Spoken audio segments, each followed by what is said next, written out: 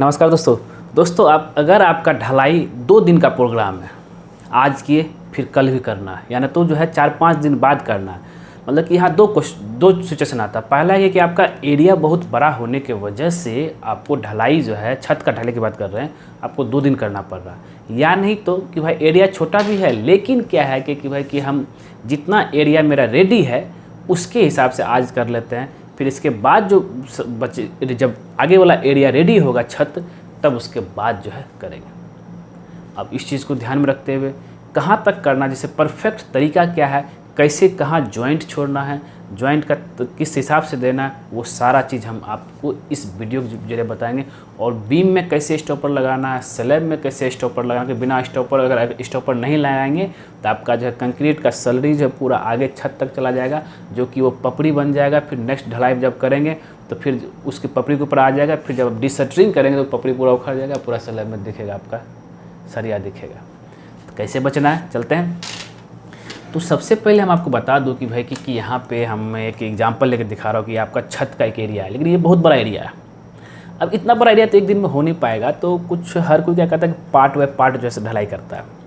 तो अब है कि हम आपको इतना पार्ट बताएंगे, ये वाला पार्ट हमको ढलाई करना है। अब ये वाला पार्ट में हमें कहाँ तक ढलाई करना, देखिए हमेशा जब भी अब ढलाई की बात करते हैं कि भाई कहाँ तक ढलाई करना, तो जैसे कि ये पूरा कॉलम टू कॉलम ये पूरा फुल स्पेन हो गया, ये पूरा आपका फुल स्पेन है। तो इसके बाद आता है दूसरा स्पेन, जो कि कॉलम में बीम जो है यहाँ पे। तो अब क्या है कि भाई कि कहाँ तक ले, देखिए हमेशा चाहे आपका छोटा घर का प्रोजेक्ट हो चाहे बड़ा प्रोजेक्ट हो, तो हमेशा जो है जहाँ जो एक सेल कंप्लीट हो गया उसके आगे वाला पार्ट का L/4 मतलब हो गया कि जितना आपका ये स्पेन है उसका L/4 तक हमें जो है स्टॉपर लगाना है। याद रखिएगा इस चीज़ को, ध्यान से देखिए, क्योंकि बहुत ही इंपॉर्टेंट जानकारी है। क्योंकि बहुत कभी भी ऐसा गलती ना कीजिएगा कि हम इसका L/4 ले लें, इधर का L/4 लेंगे तो भाई कहाँ पूरा हुआ। क्योंकि क्या है कि ये जो इस स्लैब का जो लोड होगा यहाँ इस कॉलम तक आ जाएगा, उसके बाद जो है L/4 कैंटिलीवर टाइप का रह जाएगा, तो कोई दिक्कत नहीं होगा। फिर जब आगे कास्टिंग करेंगे तो ये पूरा एरिया आप कास्टिंग आगे तक जहाँ तक आप लेना चाहते ले सकते हैं, ठीक है। फिर इसका भी अगर चाहते हैं आप L/4 यहाँ तक ले सकते हैं, और हमेशा जो है जो नेक्स्ट स्लैब का L/4 तक लेना है, ठीक है। अब इधर भी हम आपको इसका वीडियो भी दिखाएंगे, थोड़ा ध्यान से देखिएगा। तो यहाँ तक लेंगे तो ये पूरा एरिया ले लेंगे L/4 तक, फिर इधर भी हम जो है L/4 तक ले लेंगे, है ना, आसान चीज़। तो ये एक तरीका। अब है कि भाई इसमें मतलब कि फिर से याद बता रहा हूँ, L/4 लेना है नेक्स्ट स्लैब का, ये पूरा स्लैब है, ये स्लैब है L/4।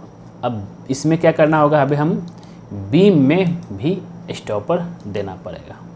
तो बीम में जैसे कि आप यहाँ पे देखिए कि आपको यहाँ पे जो है ढलाई चल रहा है, इस ढलाई के हिसाब से आप ज़रा ध्यान दीजिएगा। इसमें सब कुछ यहाँ ढलाई चल रहा है, तो जो ही सेम जिस स्लैब का मैंने एग्जांपल दिया तो वही है, कॉलम और बीम का L/4 तक लिया गया। यहाँ तो इधर भी कॉलम है, उधर भी कॉलम है और बीम का, और इसमें आपको स्टॉपर लगा देना।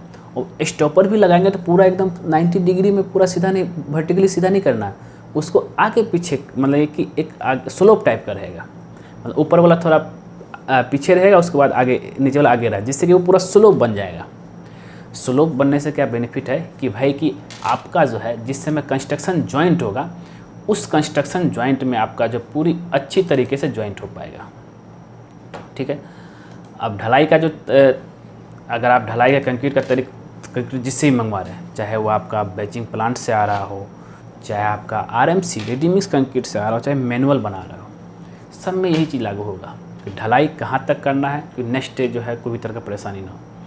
अगर आपका ढलाई विदिन 7 डेज़ के अंदर है तो उस समय आपको कंक्रीट जॉइंट इस्तेमाल करने की ज़रूरत नहीं है, ठीक है, जो हम लोग बाउंडिंग एजेंट यूज़ करते हैं। लेकिन अगर यही ढलाई, जैसे कि देखिए आप यहाँ पे स्टॉपर लगा हुआ, अगर यही ढलाई और बीम में भी आपको स्टॉपर लगाना, क्योंकि ऐसा ना बीम का भी कंक्रीट अब भाग ना जाए। और अगर हो सके तो जब स्टॉपर आप लगाएंगे तो उस समय बीम में अगर जगह बच रहा है उसमें आप बोरा चाहे स्पंज डाल सकते हैं यहाँ पे। जैसे कि यहाँ पे देख रहे हैं कि भाई बेचिंग प्लांट से जो है कंक्रीट आ रहा है with the help of concrete pump, ठीक है। कंक्रीट पंप आप लोगों ने जरूर देखा होगा कि भाई आप कहीं भी रहें वहाँ से जो कंक्रीट पंप के थ्रू जो है कंक्रीट आता है। तो एक ये चीज़ हो गया, ठीक है। स्टॉपर भी देने का क्या है कि बीम में आप जब बटन लगा देंगे, हाँ, उस बटन को कैसे खोलना है, जब ढलाई हो जाएगा उसका कम से कम 2 से 3 घंटा के अंदर उसको आप खोल दीजिए, क्योंकि अगर 2-3 घंटा के अंदर आप नहीं खोलेंगे, क्योंकि कंक्रीट सेट होना शुरू हो जाता है आधा घंटा बाद, 2-3 घंटा के अंदर खोल देंगे तो भाई क्या होगा कि वो बटन जो है उसमें फंसेगा नहीं तो फिर क्या होगा कि भाई बटन जो है उसमें फंस के रह जाएगा और जो है कंक्रीट छत पूरा जॉइंट हो जाएगा, फिर उसको खोलने में बहुत मुश्किल होगा।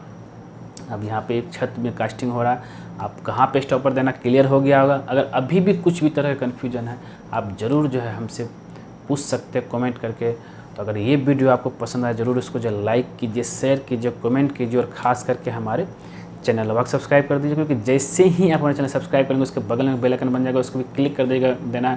उससे बेनिफिट बस ये होता है कि जब सिविल इंजीनियर दीपक कुमार को नया वीडियो आपके लाएगा सबसे पहले नोटिफिकेशन में दिखेगा। ठीक है दोस्तों, धन्यवाद दोस्तों।